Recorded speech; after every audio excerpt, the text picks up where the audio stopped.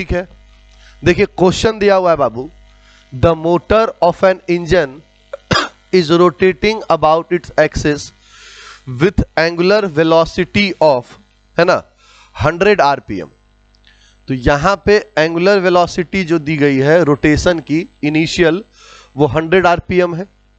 Angular velocity मतलब omega, और initial है तो ओमेगा नॉट हो जाएगा, है ना। तो देखिए जो डाटा दिया हुआ है, क्लियर है, तो सबसे पहला चीज यहां पे जो डाटा दिया हुआ है वो ओमेगा नॉट बराबर 100 आरपीएम है, जो कि 100/60 आरपीएस हो जाएगा रोटेशन पर सेकेंड में, क्लियर है। तो यहां से यहां ये कैंसिल, क्लियर है। तो ओमेगा नॉट की वैल्यू हो गई 5/3 आरपीएस। आ गई मेरी बात समझ में? चलिए ठीक है। अब बाबू कह रहा है it comes to rest in 15 second. तो टाइम देखो यहां पे दिया हुआ है t बराबर 15 सेकेंड, और रेस्ट में आ गया, क्लियर है ना। तो वहां पे फाइनल जो हो गया वो 0 हो गया, क्लियर है।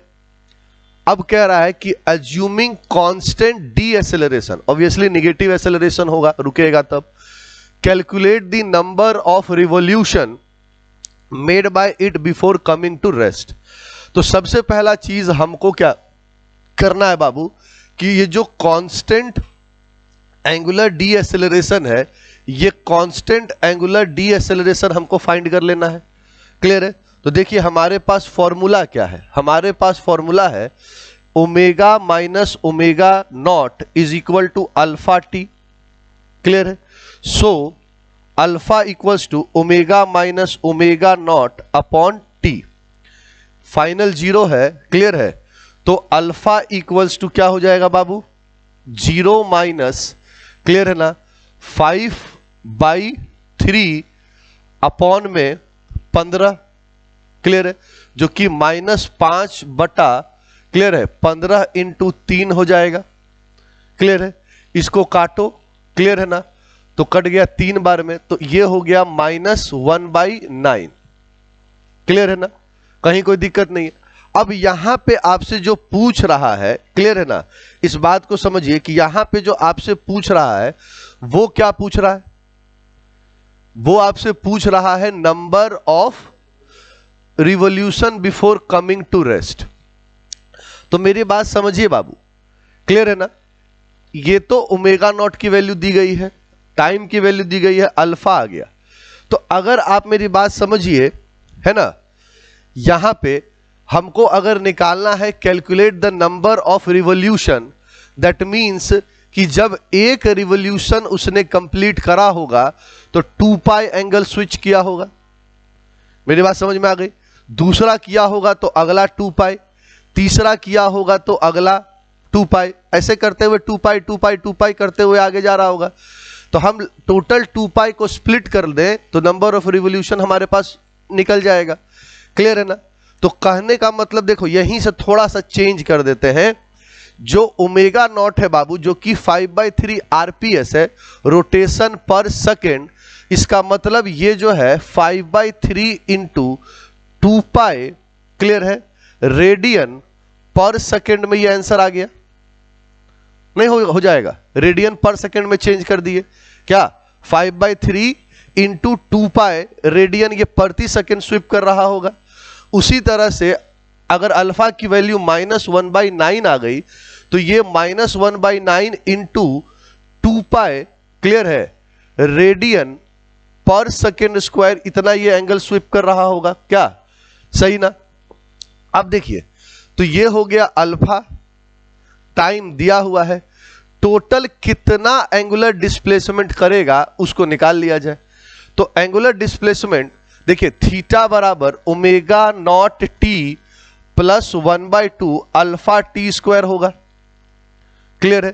तो थीटा बराबर देखो ओमेगा नॉट कितना है, 10π/3, डायरेक्ट लिख दिए, क्लियर है, इंटू टाइम 15 है, -1/2 इंटू, क्लियर है, 1/9 इंटू 2π इंटू 15 का होल स्क्वायर, क्लियर है ना। तो थीटा बराबर बाबू देखो 150 पाई अपॉन 3 माइनस, क्लियर है ना। देखिए ये हो गया बाबू 1/18 इंटू 2 पाई इंटू 225, क्लियर है ना, कहीं कोई दिक्कत नहीं है। अब समझिए मेरी बात यहां पे, ठीक है ना। अगर हम देखें तो एक तरीका क्या है बाबू, है ना, कि हम इसको यहीं पे पूरा सॉल्व कर लेते हैं, क्लियर है। एक तरीका है कि एलसीएम लेकर के सॉल्व करें, क्लियर है। तो जो आपको इजी लगता है आप वही चीज कर दीजिए इसके अंदर, है ना। तो हम कह रहे हैं कि 225 इंटू 2, देखो थोड़ा सा इसको ना ऐसे लिख देते हैं, तो थीटा बराबर 150 पाई अपॉन 3 माइनस, क्लियर है, 450 पाई अपॉन 18, और इस 450 को आप डिवाइड कर दो 18 से तो ये 25 हो जाता है, क्लियर है। आप इसको कर दोगे तो ये 50 हो जाता है। तो थीटा बराबर 50 पाई माइनस 25 पाई, आंसर हो गया तुम्हारा 25 पाई। सुनो ध्यान से, 25 पाई, क्लियर है। तो 25 पाई एंगुलर डिस्प्लेसमेंट वो कवर किया, क्लियर है। तो समझिए बाबू कि 1 रिवॉल्यूशन में, क्लियर है, 1 रिवॉल्यूशन में उसको 2 पाई कवर करना है, क्लियर है। आ गई मेरी बात समझ में, एक रिवॉल्यूशन में उसको 2 पाई करना है। तो 25 पाई जो एंगल है उसको करने के लिए उसको 25 पाई भागा 2 पाई रिवॉल्यूशन करना होगा। आ गई मेरी बात समझ में, पाई से पाई कैंसिल, ये कैंसिल 12.5 हुआ। तो नंबर ऑफ रिवॉल्यूशन जो होगा वो कितना हो गया बाबू, 12.5 रिवॉल्यूशन। तो मतलब 12.5 रिवॉल्यूशन जब वो करेगा तो it will come to rest, सही ना। चलिए नोट कर लिया जाए इसको। चलो देखो नेक्स्ट क्वेश्चन दिया हुआ है बाबू, है ना, कि a wheel rotate with uniform angular acceleration. Uniform angular acceleration मतलब जो यूनिफॉर्म एंगुलर एक्सेलरेशन कहने का मतलब है कांस्टेंट एंगुलर एक्सेलरेशन, ठीक है। कवर्स 50 रिवॉल्यूशन, देखो 50 रिवॉल्यूशन, क्लियर है ना, 50 रिवॉल्यूशन वो कवर करता है इन फर्स्ट 5 सेकेंड, पहले 5 सेकेंड में, आफ्टर द स्टार्ट। तो एकदम बहुत ही क्लियर हो गया बाबू। स्टार्ट से देखो, सॉल्यूशन को समझो, तो स्टार्ट से तो ओमेगा नॉट 0 होगा, इसमें कोई दिक्कत नहीं है। टाइम जो हुआ t बराबर 5 सेकेंड, क्लियर है। तो तुमसे पूछ क्या रहा है, find the angular acceleration that is alpha, clear है, और angular velocity that is omega, ये दोनों की वैल्यू क्या है यही तुमसे पूछी जा रही है। आ गई मेरी बात समझ में, after the end of 5 second, मतलब 5 सेकेंड की समाप्ति पे। तो सबसे पहला बाबू यहां पे देखिए, a wheel rotate with uniform angular acceleration covers 50 revolution. तो 50 रिवॉल्यूशन वो क्या कर रहा है, कवर कर रहा है, कहीं कोई दिक्कत नहीं है। क्या कर रहा है, 50 रिवॉल्यूशन वो कवर कर रहा है। तो 50 रिवॉल्यूशन अगर वो कवर कर रहा है तो बाबू 50 इंटू 2 पाई, ठीक है, थीटा वो स्विच कर रहा है या थीटा वो स्विप कर रहा है, सही ना। अगर 50 रिवॉल्यूशन वो मान लो कर रहा है बाबू, तो 50 इंटू 2 पाई इतना एंगल उसने उस चक्र में कंप्लीट कर लिया, जो कि कितना हो गया तुम्हारा 100 पाई, क्लियर है ना। तो तुम जानते हो कि थीटा हो गया तुम्हारा 100 पाई। तो थीटा बराबर omega naught T plus 1/2 alpha T square, यही होता है। तो यहां पे देखिए ध्यान से, ओमेगा नॉट कितना होगा 0, क्योंकि इनिशियली स्टार्ट किया है, ठीक है ना, रेस्ट से।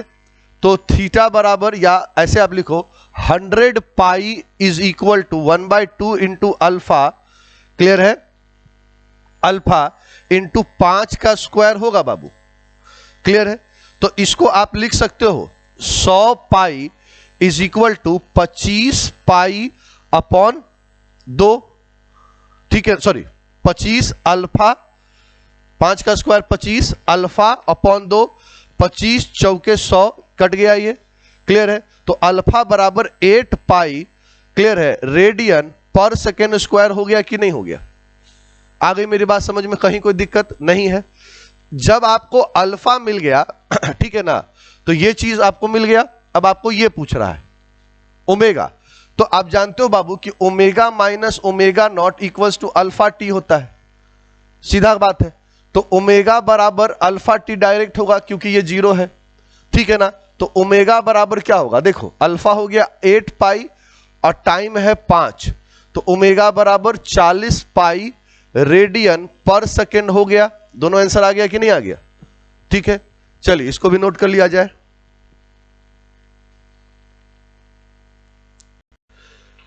देखिए इसका सॉल्यूशन, क्वेश्चन क्या कह रहा है बाबू कि 3 पॉइंट मास है M1, M2 और M3, ठीक है। ये सब एक इक्विलेटरल ट्रायंगल के वर्टाइसेस पे लोकेटेड है, क्लियर है ना। आपसे पूछ रहा है कि what is the moment of inertia of the system about an axis along the altitude of the triangle passing through the point M1, clear है। तो कहने का मतलब देखो सॉल्यूशन समझो, यहां पे मान लेते हैं अपन कि ये जो है ये वो इक्विलेटरल ट्रायंगल है, सही ना। तो यहां पे मास लोकेट कर दिया M1, ये हो गया M2 और ये हो गया आपका बाबू M3, क्लियर है। आ गई मेरी बात समझ में। और ये सब जो इक्विलेटरल ट्रायंगल है उसके जो साइड लेंथ है वो A है, तो ये साइड लेंथ A, ये भी A और A भी A, क्लियर है ना। तो क्वेश्चन समझ गए आप। अब यहां पे कह रहा है कि what is the moment of inertia of this system, clear है ना, about an axis along the altitude, ठीक है, of the triangle passing through M1। तो मान लेते हैं कि M1 से ये जो है एल्टीट्यूड जो है ये पास कर रहा है। तो किसी भी इक्विलेटरल ट्रायंगल का एल्टीट्यूड उसके इस साइड को, अपोजिट साइड को हाफ हाफ में डिवाइड कर देता है, क्लियर है। तो अगर बाबू देखो तो यहां से यहां ये a/2 होगा और यहां से यहां ये जो चीज है ये भी a/2 होगी। मान लेते हैं अपन इस एल्टीट्यूड को, मतलब इस एक्सिस को हम नाम दे दिए XY। तो क्वेश्चन में हमसे moment of inertia along the axis XY ही पूछ रहा है कि नहीं है। तो आप जानते हैं बाबू कि मोमेंट ऑफ इनर्शिया, ठीक है ना, मोमेंट ऑफ इनर्शिया I बराबर m1 r1 square plus m2 r2 square plus m3 r3 square होता है, जहां पे r1 r2 और r3 are the perpendicular distance from the axis, from the given axis. यहां पे क्या होता है r1 comma r2 comma r3 are the perpendicular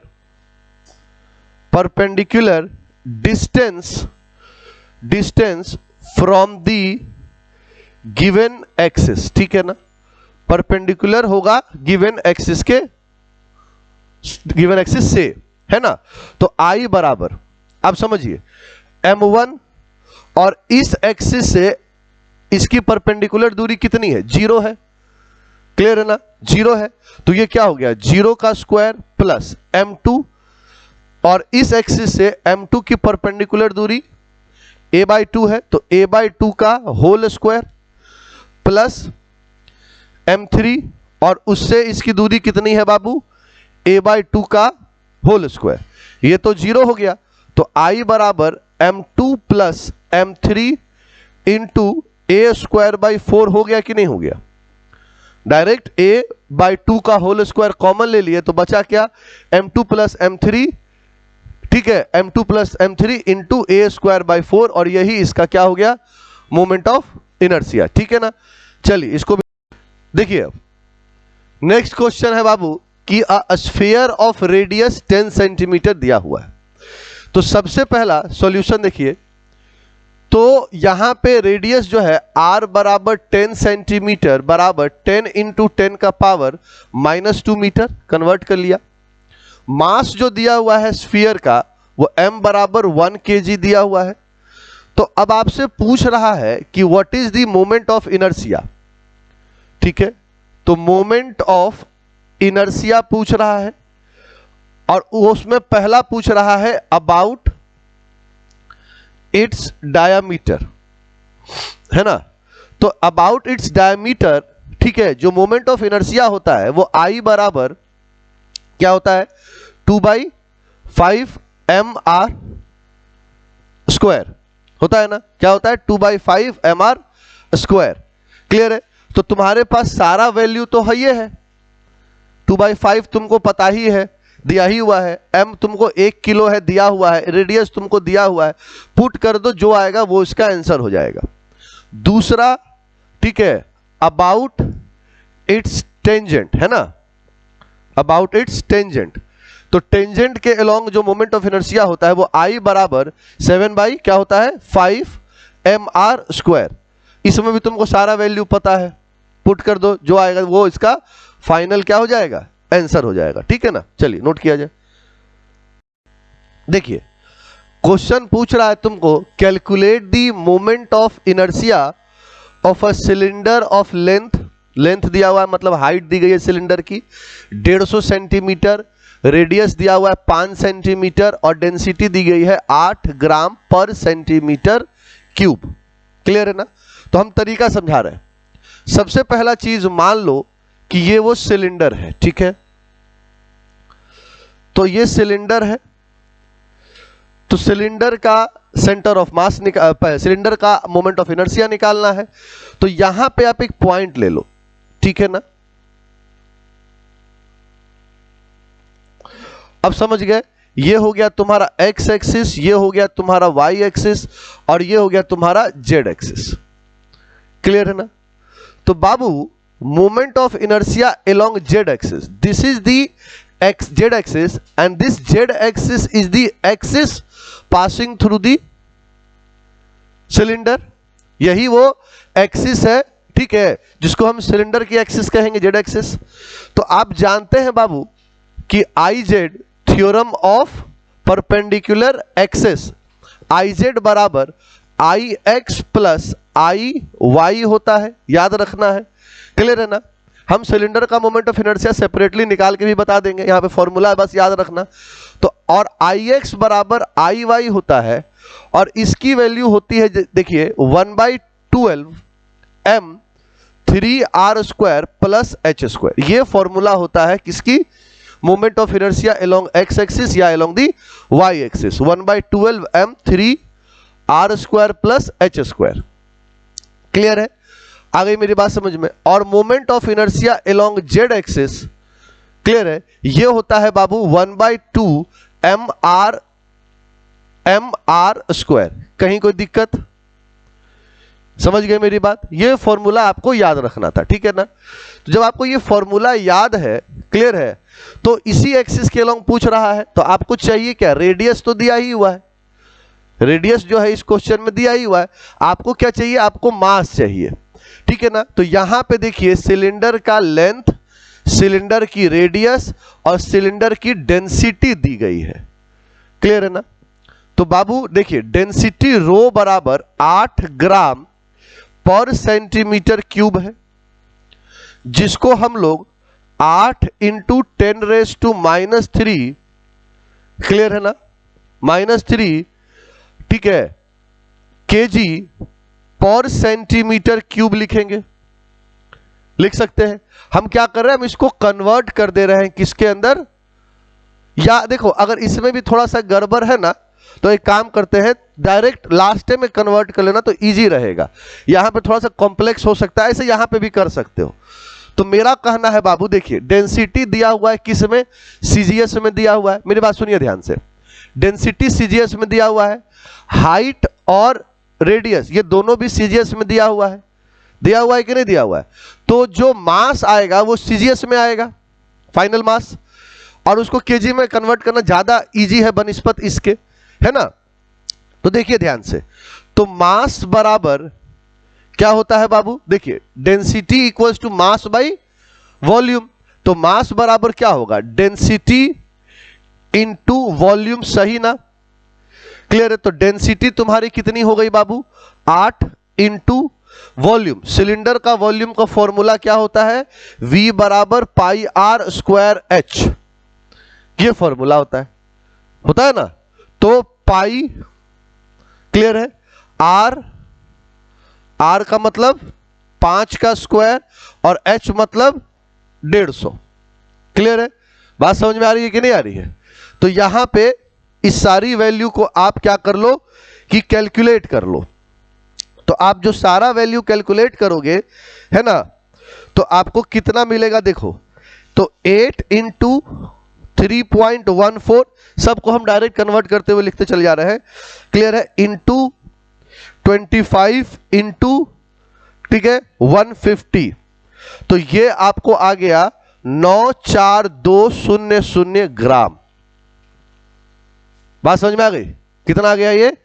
94200 ग्राम। अब इसको केजी में कन्वर्ट करने के लिए क्या करेंगे बाबू? 1000 से डिवाइड कर देंगे, तो ये कितना होगा? 94.2 केजी होगा कि नहीं होगा? हो गया ना, मास आ गया। तो अब मोमेंट ऑफ इनर्शिया आई बराबर 1/2 mr स्क्वायर है, बोले तो 1/2 इंटू 94.2 इंटू r, रेडियस का स्क्वायर, मतलब 5 इंटू 10⁻⁻² का स्क्वायर। क्लियर है ना? तो ये कितना हो गया बाबू? 94.2, क्लियर है, इंटू 25। क्लियर है? आ गई मेरी बात समझ में? और अपॉन में 2, इसको आपने किया तो दिस गिव्स यू 1177.5 इंटू 10⁻⁻4। सही ना? कितना हो गया? 10⁻⁻4। अभी क्या कर लो, इधर जो है 1 2 3 कर लो। क्लियर है ना? 3 0, और इधर भी 1 2 3 कर लो। ये हो गया 1.1775 इंटू 10⁻⁻, कितना? -1। यही इसका क्या हो गया? Moment of inertia. समझ में आए कि नहीं आए? तो नोट कर लिया जाए। देखिए क्वेश्चन क्या बोल रहा है। क्वेश्चन बोल रहा है कि एक मीटर स्टिक है, is held vertically with one end on the floor and then is allowed to fall. Clear है? Then is allowed to fall. Clear है? If the velocity, find the velocity of the other end when it hits the floor, assuming that the end on the floor, ठीक है, does not slip. तो देखिए बाबू, समझिए इस question का मतलब क्या है। जैसे मान लो कि ये वो मीटर स्टिक है, ठीक है, ये मीटर स्टिक का एक एंड फ्लोर पे ऐसे लगा हुआ है। Clear? And this is the other and. आपने इसको, ये स्लिप नहीं कर रहा, ये लिखा हुआ है कि जो एंड है फ्लोर पे वो स्लिप नहीं कर रहा। अब आपने क्या करा कि you allowed to fall the stick. ये स्टिक ऐसे फॉल करेगा ग्राउंड पे। ये स्टिक जो है, जैसे ही आप इसको छोड़ोगे तो ये ग्राउंड पे ऐसे फॉल करेगा। देखो यहां पे रखा हम लोगों ने, है ना, यहां पे रखा और इसको छोड़ दिया, फॉल किया ना, इधर इसी तरह से फॉल किया। तो आपसे पूछ रहा है बाबू कि जब ये, है ना, स्टिक, मीटर स्टिक, जब ये मीटर स्टिक जमीन को हिट करेगा तो उसकी वेलोसिटी क्या होगी। बात समझ में आ गई? ठीक है, चलिए देखिए, समझिए ध्यान से सॉल्यूशन इसका कैसे होगा। क्लियर है? तो कहने का मतलब बाबू कि जैसे मान लो कि ये वो मीटर स्टिक है जिसकी लंबाई जो है वो L है। लंबाई कितनी है इसकी? L है। तो जो इसका सेंटर ऑफ मास होगा वो ऊपर से L/2 या नीचे से L/2 डिस्टेंस पे ही होगा, मतलब इस मीटर स्टिक के बिल्कुल बीचों बीच होगा। चलिए ठीक है, तो ये हो गया इसका सेंटर ऑफ मास, जो कि कहां पे बाबू? L/2 डिस्टेंस पे एग्जिस्ट कर रहा है। तो पोटेंशियल एनर्जी क्या होगी इसकी यहां पे? तो पोटेंशियल एनर्जी बराबर क्या होता है? mgh फॉर्मूला होता है। तो mgh, क्लियर है, और वो क्या हो जाएगा यहां पे? mg L/2 हो जाएगा, potential energy of centre of mass from the ground. Clear है? जब ये स्टिक ऐसे खड़ा था तो इसके पास पोटेंशियल एनर्जी थी। जब ये स्टिक गिरेगा तो potential energy will convert into kinetic energy, but this will convert into kinetic energy and that kinetic energy is the rotational kinetic energy, it is not the linear kinetic energy. आदमी गलती क्या करता है कि उसको ये बात समझ में आ गई। बात को समझिए कि भाई ऐसे स्टिक खड़ा है तो उसके पास पोटेंशियल एनर्जी है, जब ये ऐसे गिरा तो उसके पास काइनेटिक हो गई। अब उसको याद है कि काइनेटिक एनर्जी का मतलब होता है हाफ mv²। तो ये सीधा बात है बाबू कि जब गिरेगा तो P कन्वर्ट करेगा ke में। जब ऐसे था तो फुल P फुल था, काइनेटिक एनर्जी 0। जब ऐसे हो गया तो उस केस में क्या होगा, जब ये ऐसे गिरा, ठीक है ना, तो उस केस में क्या होगा, P 0, काइनेटिक एनर्जी मैक्सिमम। तो वो हाफ mv² डायरेक्ट लगा करके सॉल्व कर देगा, जो कि गलत है, ठीक है ना। तो कहने का मतलब कि when the stick falls the PE potential energy, clear है ना, कन्वर्ट्स इनटू बाबू rotational kinetic energy, rotational K, clear है, K. And you know that कि rotational K is equal to 1/2 I ω²। कहीं कोई दिक्कत, I ω²। अब क्वेश्चन में फिर आदमी क्या करता है कि ओमेगा निकाल के छोड़ देगा। अरे ये तुमसे वेलोसिटी पूछा, और याद कीजिए जब हम पढ़ा रहे थे तो हमने कहा था कि लिखा रहेगा वेलोसिटी, बट समझना लीनियर वेलोसिटी है। बात समझ में आ गई कि नहीं आ गई? जब लिखा हुआ क्या रहेगा, वेलोसिटी, बट वो है क्या, लीनियर वेलोसिटी। तो ये सब देखो, सब बारीक पॉइंट सब है। तो 1/2 I ω² इज इक्वल टू बाबू mg L/2। कहीं कोई दिक्कत, 1/2 I ω² equals to mg L/2, कहीं कोई दिक्कत नहीं है। चलिए ठीक है, हमको यहां पे देखिए ध्यान से, ω² इज इक्वल टू, देखो यहां से बाबू 2 से 2 कट गया, तो I ω² is equal to mg L बचा, क्लियर है। तो ω² बराबर mg L अपॉन I हुआ, क्लियर है ना। और ओमेगा बराबर क्या हो गया बाबू, √mg L अपॉन में I, क्लियर है ना।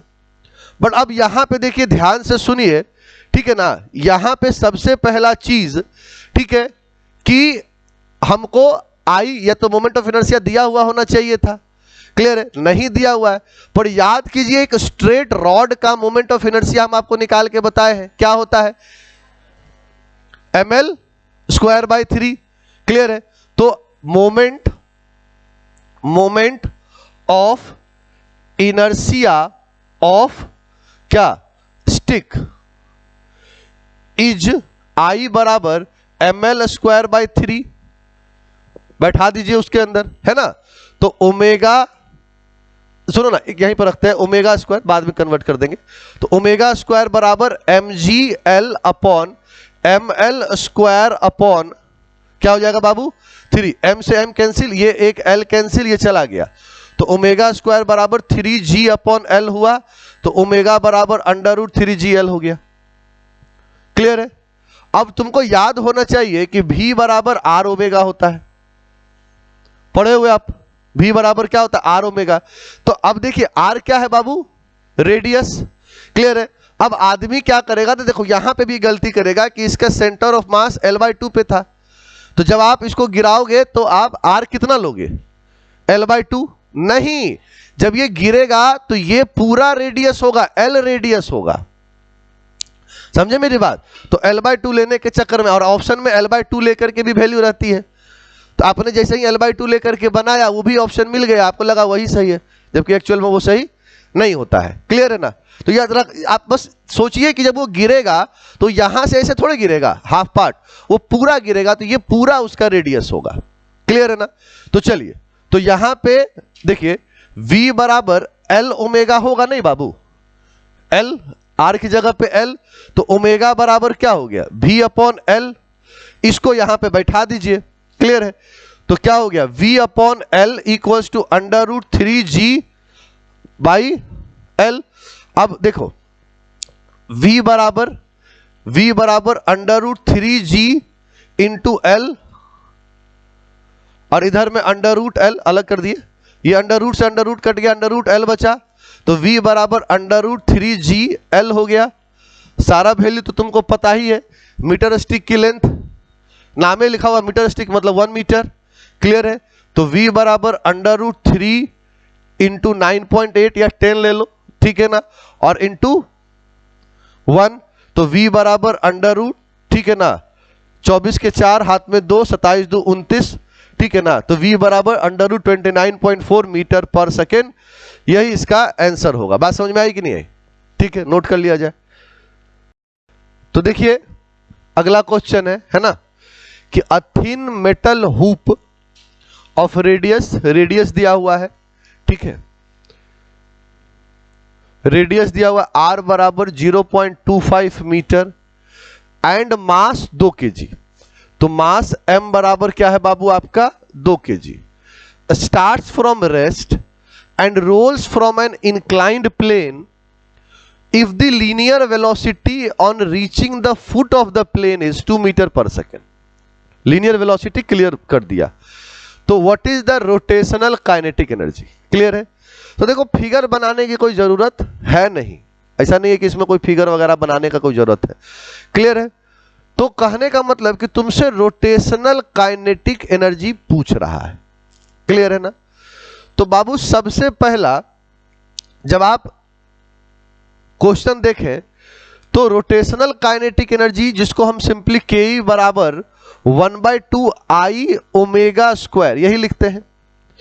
तो मतलब अगर हमको रोटेशनल काइनेटिक एनर्जी निकालना है तो हमको क्या निकालना होगा, हमको निकालना होगा आई और ओमेगा। इस बात को समझे कि नहीं समझे, आई और ओमेगा। तो आई मतलब मोमेंट ऑफ इनर्शिया, ओमेगा मतलब एंगुलर वेलोसिटी। अब देखिए गड़बड़ कहां कहां हो सकता है। देखिए आप इस बात को जानते हैं कि मोमेंट ऑफ इनर्शिया जो है किसी भी बॉडी का, ठीक है ना, डिपेंड करता है बाबू दो चीजों पे, पहला पोजीशन और direction of axis of rotation. बात समझ में आ गई कि नहीं आ गई? आपने अलग अलग केसेस पढ़ लिए हैं उसके लिए, ठीक है ना। प्योरली इतना ध्यान रखिएगा कि जो मोमेंट ऑफ इनर्शिया है ना वो मोमेंट ऑफ इनर्शिया डिपेंड करता है बाबू किसके ऊपर, एक्सिस ऑफ रोटेशन की डायरेक्शन पे, और किस पे डिपेंड करता है, एक्सिस ऑफ रोटेशन की डायरेक्शन पे और उसके पोजीशन पे। तो इतना अगर आपको क्लियर है तो उस हिसाब से मोमेंट ऑफ इनर्शिया आप इजीली फाइंड कर सकते हैं। अब आप समझिए, ठीक है ना। अब इसके लिए थोड़ा आपको फिगर जरूरत होगा, ठीक है। तो मान लीजिए कि ये वो इंक्लाइंड प्लेन था, इसके ऊपर ये जो है रोल कर रहा था। आ गई मेरी बात समझ में? तो आप समझिए कि जैसे कोई इंक्लाइंड प्लेन है बाबू, और इस पे ये सर्कुलर जो है वो ऐसे ऐसे ऐसे ऐसे रोल कर रहा है, तो इसकी एक्सिस ये वाली लाइन होगी, एक्सिस ऑफ रोटेशन ये वाली लाइन होगी कि नहीं होगी? होगी ना। तो उस एक्सिस ऑफ रोटेशन, ये एक्सिस ऑफ रोटेशन से आप निकाल लीजिए, क्लियर है। तो वहां पे, ठीक है ना, समझिएगा मेरी बात, मोमेंट ऑफ इनर्शिया आई बराबर, अब आपको समझ में आ गया, axis, this axis is passing through the centre of the metal hoop, clear है। तो मोमेंट ऑफ इनर्शिया आई बराबर mr स्क्वायर होगा, फॉर्मूला अब आपको क्लियर हो गया, क्लियर है ना। चलिए, तो m कितना हो गया बाबू 2 और r 0.25 का स्क्वायर, तो 2 इंटू 1 बाई, देखो 0.25 को 1/4 भी लिख सकते हैं, तो 1/4 का स्क्वायर बराबर 2 इंटू 1/16, ये कट गया 8, तो ये आंसर हो गया 1/8। मोमेंट ऑफ इनर्शिया आ गया 1/8, क्लियर है। अब हमको क्या चाहिए, अब हमको चाहिए ओमेगा, तो v बराबर r ओमेगा होता है, क्लियर है ना। तो ओमेगा बराबर v अपॉन r होगा, v दिया हुआ है 2, ये दिया हुआ है 0.25। आ गई मेरी बात समझ में, है ना। तो ओमेगा बराबर 2 अपॉन 1/4, ये ऊपर चला गया, 8 हो गया ये, क्लियर है। तो kinetic energy, rotational kinetic energy निकालना है तो के ई बराबर 1/2 आई ओमेगा स्क्वायर होता है, तो 1/2 आई हो गया 1/8 इंटू 8 का स्क्वायर, तो 1/2 इंटू 1/8 इंटू 64, ये कट गया 8, ये कट गया 4, तो ये 4 हो गया। आ गई मेरी बात समझ में? तो जो रोटेशनल काइनेटिक एनर्जी हो गया वो क्या हो गया 4, ठीक है ना। चलिए नोट कर लीजिए, देखो क्वेश्चन क्या है कि assume the earth to be a uniform, assume the earth to be a sphere of uniform density, मतलब मास पर यूनिट वॉल्यूम यूनिफॉर्म है। तो what is the rotational kinetic energy? तो देखो बात समझो बाबू, सबसे पहला ये पृथ्वी है, क्लियर है? तो पृथ्वी का मास m बराबर आप जानते हैं कि 6 इंटू 10⁻24 kg होता है, क्लियर है? ये आपको ऑलरेडी पता है, जिसको हम लोग 1 अर्थ मास कहते हैं। उसके बाद पृथ्वी का रेडियस जो होता है r e, radius of earth, या सिंपली r ही लिखो आप, है ना, ये 6400 किलोमीटर ये होता है। कितना होता है? 6400 किलोमीटर पृथ्वी का रेडियस होता है, क्लियर है? आ गई मेरी बात समझ में? अब पृथ्वी जो घूमती है, ठीक है ना, तो बाबू उसका जो रोटेशन होता है वो इस एक्सिस के अलोंग ही होता है। घूमते समय पृथ्वी की कुछ ना कुछ एंगुलर वेलोसिटी रहती होगी। आ गई मेरी बात समझ में? और एंगुलर वेलोसिटी है तो कुछ ना कुछ इसकी लीनियर वेलोसिटी भी रहेगी। मेरी बात समझ रहे कि नहीं? आप जानते हो कि एंगुलर वेलोसिटी और लीनियर वेलोसिटी किस रिलेशन से रिलेट है? v बराबर r ओमेगा, क्लियर है? तो कहने का मतलब कि अगर यहां पे रोटेशनल काइनेटिक एनर्जी पूछ रहा है हमको k, तो 1/2 I ओमेगा स्क्वायर होता है, इसमें कहीं कोई दिक्कत नहीं है ना? अब ये अर्थ क्या है? अर्थ एक सॉलिड स्फीयर है, क्लियर है? और ये इस एक्सिस के अलोंग इसका सेंटर ऑफ मास हम लोग ऑलरेडी जानते हैं, इस एक्सिस के अलोंग इसका जो मोमेंट ऑफ इनर्शिया होता है I बराबर वो 2/5 mr स्क्वायर होता है। कहीं कोई दिक्कत? आ गई मेरी बात? तो मोमेंट ऑफ इनर्शिया आपको पता हो गया है ना? तो काइनेटिक एनर्जी ke बराबर 1/2 into 2/5 mr square omega square, cancel. तो ke बराबर mr square by 5 omega square होगा कि नहीं होगा? अब ओमेगा चाहिए। अब आप यहां पे क्या कर सकते थे? देखो बाबू, v बराबर r ओमेगा होता है, तो ओमेगा बराबर क्या होगा? v अपॉन r, क्लियर है? आ गई मेरी बात समझ में? तो आप चाहो तो इस रिलेशन को भी पुट कर करके वैल्यू को निकाल सकते हो, बट वहां पे मैटर फंस जाएगा, तुमको भी पता होना चाहिए ना भी। तो इसके अलावा अगर आपको याद हो बाबू, तो ओमेगा बराबर 2 अपॉन टी भी एगो फॉर्मूला था, याद आ गया? ओमेगा बराबर 2 upon T, total angle swept, that is 2 upon T, time taken for the coverage. आ गई मेरी बात समझ में? तो यहां पे काइनेटिक एनर्जी बराबर mr स्क्वायर अपॉन 5, क्लियर है, इनटू डायरेक्ट हम लिख दे रहे हैं 4 स्क्वायर अपॉन टी स्क्वायर। अब रोटेशन का टाइम, रिवॉल्यूशन का टाइम मत ले लीजिएगा, रोटेशन का टाइम। तो यहां पे t बराबर 24 hour is equal to 24 into 60 second. बात समझ में आ गई? सारा वैल्यू आपके पास है, क्लियर है? ये कितना हो जाएगा? 6400 है ना, 1 2 3 इतना मीटर हो गया। आ गई मेरी बात समझ में? तो ke बराबर सारा वैल्यू अब आपके पास आ गया कि नहीं आ गया? ठीक है, देखो m, तो 6 इंटू 10⁻24, सही ना? रेडियस देखो बाबू, 2 2 4 1 5, तो 64 इंटू 10⁻5, क्लियर है? इसका क्या हो जाएगा? स्क्वायर हो जाएगा, अपॉन में 5 इंटू 4 इंटू 3.14 का स्क्वायर, अपॉन में 24 इंटू 60 गुने 60 का स्क्वायर। यही वैल्यू होगी। अब इस सब को सॉल्व कर करके, काट पीट कर करके जब आप फाइनल आंसर बनाएंगे तो वो आएगा आपका 2.6। हम डाटा यूज कर ले रहे हैं, ke बराबर 2.6 इंटू 10⁻29 जूल। आ गई मेरी बात समझ में? So this is the final answer, ठीक है? इसी के अकॉर्डिंगली जो है तुम्हारा, इसमें अब सारा वैल्यू तो तुमको पता ही है, अब ये सारा वैल्यू पुट कर दीजिए, पुट करने पे जो है you will get answer 2.6 into 10⁻29 joule. This is the rotational kinetic energy of the, क्या हो गया बाबू, अर्थ